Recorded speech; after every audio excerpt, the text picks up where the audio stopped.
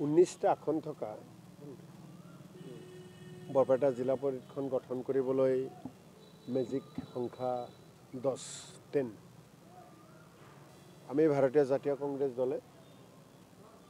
9টা লাভ কৰিছোঁ আৰু UDFৰ ফালৰ পৰা 2টা নিৰ্দলীয় এটা বাকি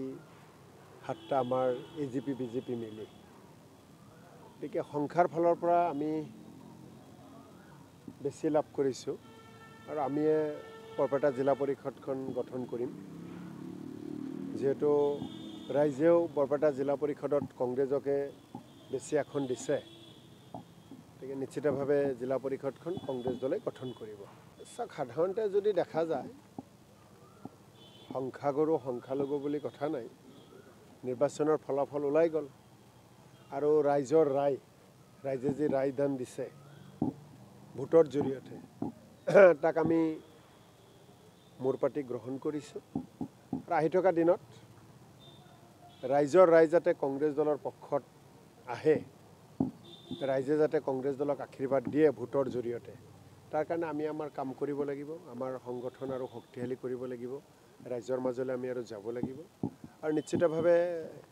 এনেকুৱা নিৰ্বাচনৰ অসমৰ বুৰঞ্জীত যদি আপুনি দেখে বা পাৰ হৈ যোৱা নিৰ্বাচনসমূহ যদি আপুনি অধ্যয়ন কৰে এনেকুৱা কথা নহয় যে এটা নিৰ্বাচন ফলাফল বেয়া হ'লেও পিছৰ নিৰ্বাচনো ফলাফল বেয়া হৈ থাকিব যদি তেনেকুৱাই হ'লহেঁতেন 2011ত কংগ্ৰেছ দলে আমি অসমত যিটো 64 মেজিক নাম্বাৰ চৰকাৰ গঠন কৰিব লাগে তাতকৈ বহু বেছি বিধায়ক নিৰ্বাচিত হৈছিল বা কংগ্ৰেছ দলৰ পৰা নিৰ্বাচিত হৈছিল সেই একেখন অসম ৰাজ্যৰ সন্মানীয় ভোটাৰে 2016 চনত BJP আৰু AGP দলক তেওঁলোকে নিৰ্বাচিত কৰিলে গতিকে কথাটো হৈছে যে ৰাইজৰ ওপৰত সকলো সিদ্ধান্ত হয় এটা নিৰ্বাচনে আন এটা নিৰ্বাচনৰ ওপৰত বৰ বেছি প্ৰভাৱ পেলাব নোৱাৰে আৰু গোটেইখিনি প্ৰভাৱ পেলায় ৰাইজৰ ওপৰত ৰাইজে কিমান সন্তুষ্ট কিমান অসন্তুষ্ট তাৰ ওপৰত প্ৰভাৱ পেলায় আৰু মই ভাবোঁ এইবাৰৰ পঞ্চায়ত নিৰ্বাচন আৰু 2026ৰ বিধানসভা নিৰ্বাচনৰ লগত আপুনি কৰবাত 10% 5% কিবা এটা মিল থাকিব পাৰে কিন্তু তাৰ বেছিভাগে অমিল হ'ব ৰাইজে পঞ্চায়ত নিৰ্বাচনত এটা দৃষ্টিভংগীৰে প্ৰাৰ্থী পছন্দ কৰে দল পছন্দ কৰে তো বিধানসভাৰ কথাটো অলপ বেলেগ সুকীয়া বিধানসভাত এই ৰাজ্য চৰকাৰখনৰ BJP চৰকাৰৰ 10 বছৰৰ হিচাপ নিকাচ অসমৰ ৰাইজে কৰিব 10 বছৰৰ হিচাপ নিকাচ কৰাৰ পিছতে 26ত ৰাইজে ভোট দিব 10 বছৰৰ হিচাপ নিকাচৰ পৰীক্ষাত BJP AGP কিমান মাৰ্ক ৰাইজৰ পৰা পায় তাৰ ওপৰতে ভোট দিব আৰু আমি যদি গোটেইখিনি আমিয়ে পৰ্যালোচনা কৰোঁ যে 2016 চনৰ পৰা আজিৰ তাৰিখ পৰ্যন্ত BJP আৰু AGP দলে বা চৰকাৰে যিমান কথা অসমৰ ৰাইজক প্ৰতিশ্ৰুতি দিছিল সেই হিচাপে ৰাইজৰ আদালততো মাৰ্ক নাপায় গতিকে 26ত নিশ্চিতভাৱে AGP BJPক অসমৰ ৰাইজে ভোট নিদিয়ে কংগ্ৰেছৰ নেতৃত্বতে 26ত চৰকাৰ গঠন হ'ব প্ৰতিটো ৰাজনৈতিক দলে 100% জয়ী হোৱাটো বিচাৰে ময়ো বিচাৰোঁ আন সকলেও বিচাৰে গতিকে নিশ্চিতভাৱে তাৰ পৰ্যালোচনা কৰা হ'ব মই আকৌ কৈছোঁ ৰাইজৰ ৰায় আমি মোৰ পাতি গ্ৰহণ কৰিছোঁ আহি থকা সময়ত ৰাইজৰ ৰায় যাতে আমাৰ পক্ষত আহে তাৰ কাৰণে আমি আমাৰ দলৰ হৈ সকলো আমাৰ নেতাকৰ্মী আমি কাম কৰিম কংগ্ৰেছ দলেতো পোষাকতা কৰে যে BJPক বেয়া পোৱা BJPক বেয়া পোৱা মানে BJPৰ কাম কাজ BJPৰ নীতি আদৰ্শক যিসকলে বিশ্বাসী নহয় BJP বিৰোধী ধৰ্ম নিৰপেক্ষ শক্তিক লৈ 26ত কংগ্ৰেছে নিৰ্বাচন খেলাৰ মন আছে আৰু সেই BJPৰ যিটো